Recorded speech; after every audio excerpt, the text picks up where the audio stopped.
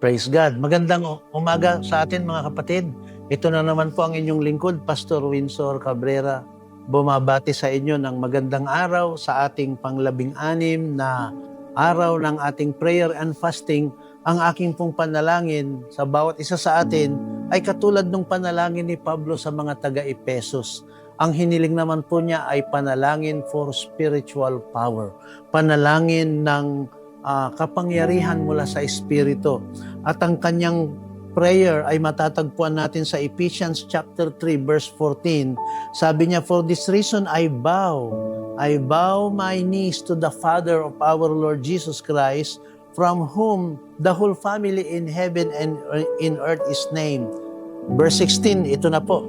"That He would grant you according to the riches of His glory, to be strengthened with might through the Spirit in the inner man, that Christ may dwell in your hearts through faith, that you being rooted and grounded in love, may be able to comprehend with all the saints what is the width and the length and the depth and the height, and to know the love of Christ which passeth knowledge, that you may be filled with all the fullness of God."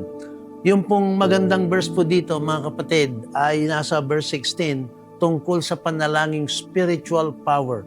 That He would grant you according to the riches of His glory, to be strengthened with might through His Spirit in the inner man. Tayo po ay may tinatawag na inner man. Yun yung ating pagkatao, yun yung ating puso, yun ang ating damdamin, yun ang ating spirito. Magkaroon daw ito ng kapangyarihan. Mga kapatid, the enemy wants to destroy us.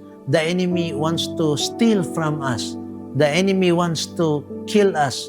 But you see, God is our protector. But siyempre, kailangan natin ng spiritual power. Kaya humingi tayo ng kapangyarihan mula sa Panginoon.